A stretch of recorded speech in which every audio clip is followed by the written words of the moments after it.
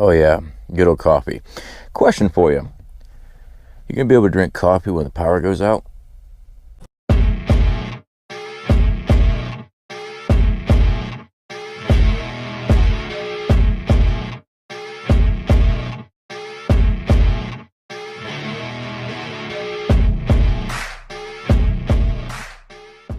Alright guys, welcome back. Survival Living here. So, yeah, we cover EMPs and coronal mass ejections all the time here on this channel.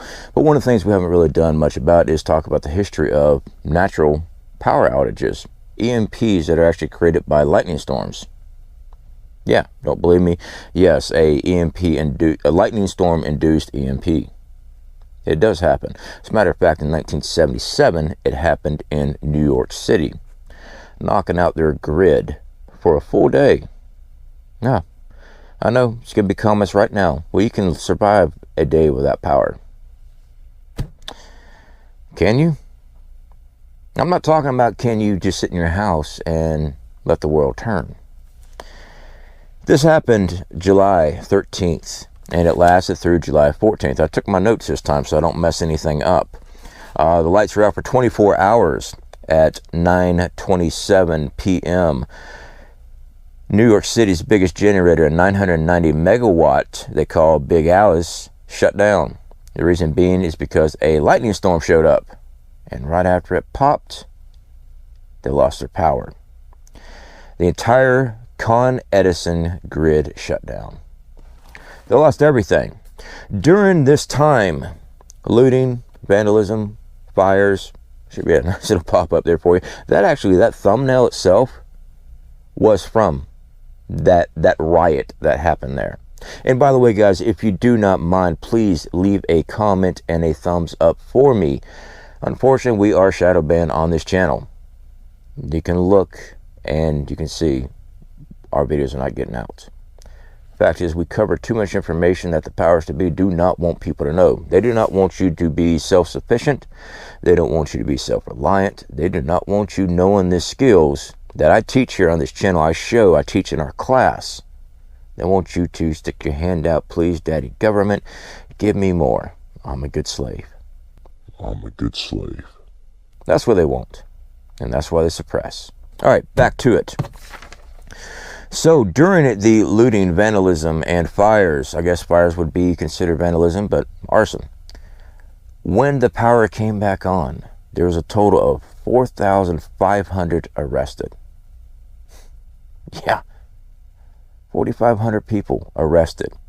There was 550 police that were reportedly injured during that night.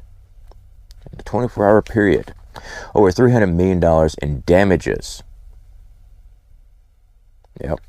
So when I ask, can you survive when the power goes out? Will it affect you? Yes, in my opinion, it will. It will affect all of us. Coffee.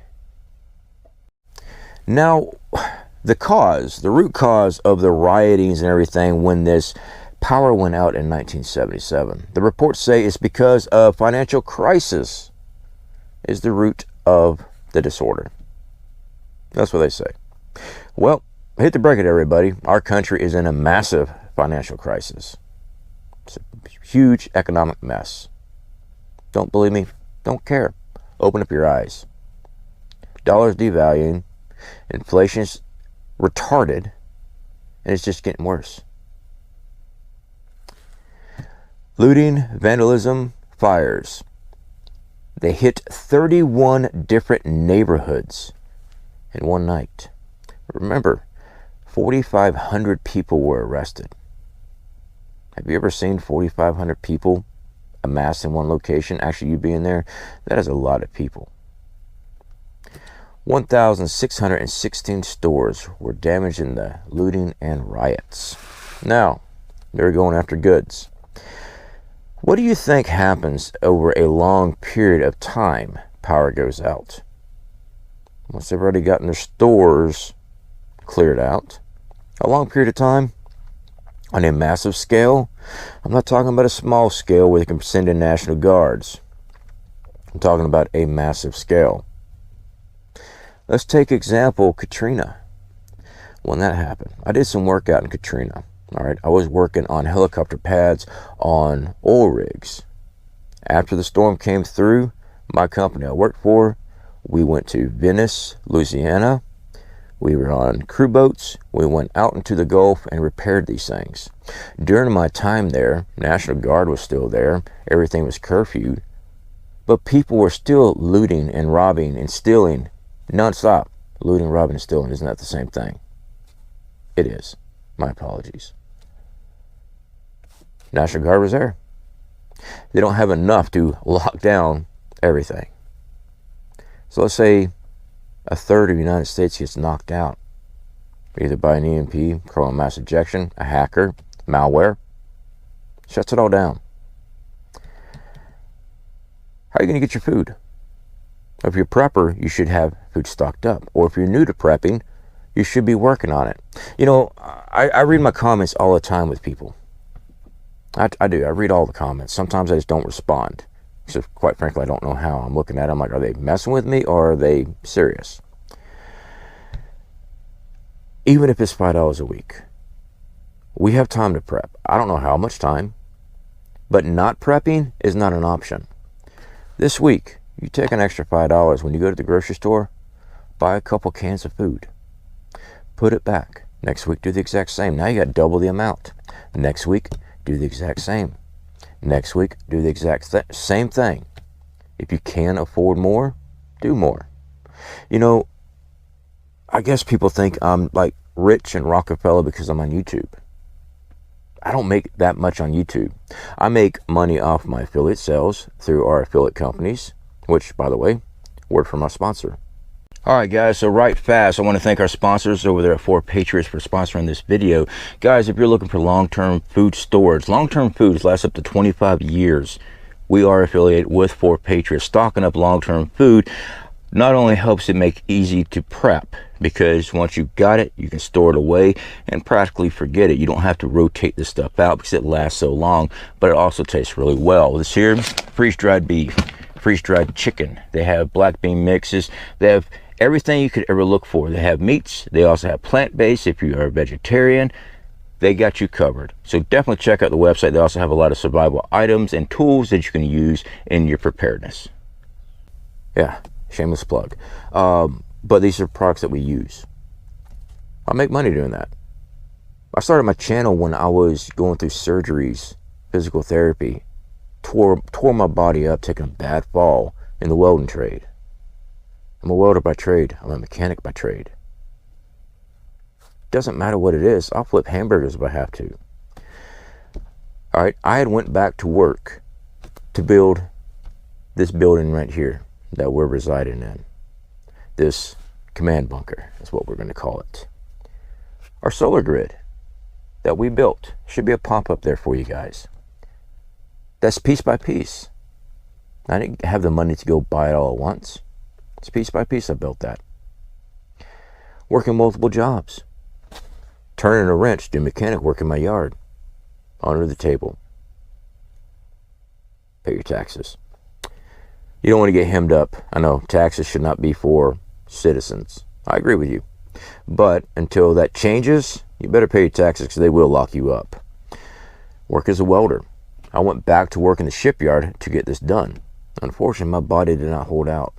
I have a torn rotator cuff in my shoulder, and I've had surgery on my knees.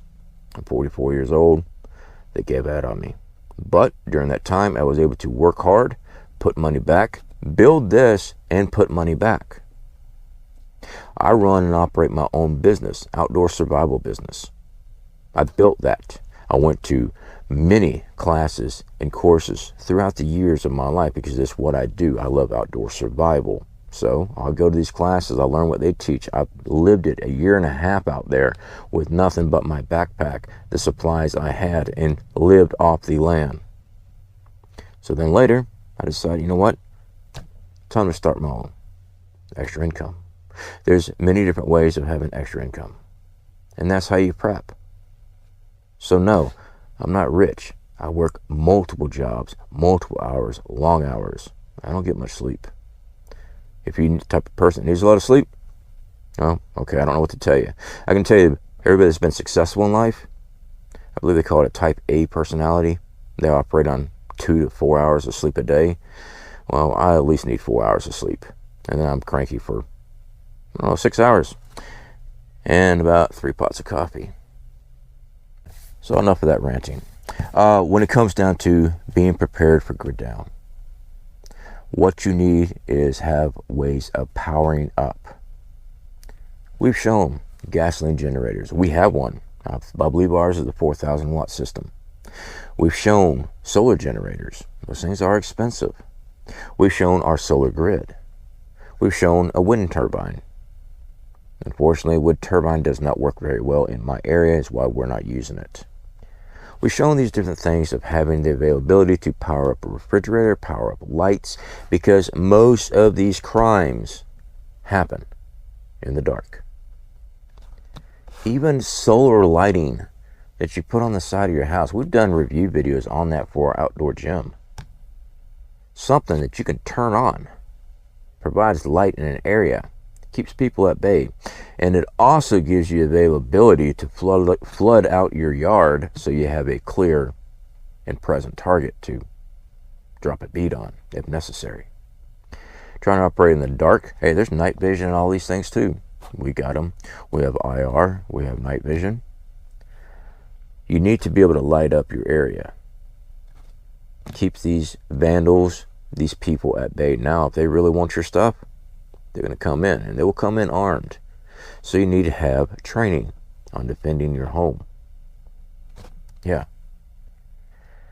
And I don't mean just because you have an AR and 1,000 rounds, you're going to defend your home.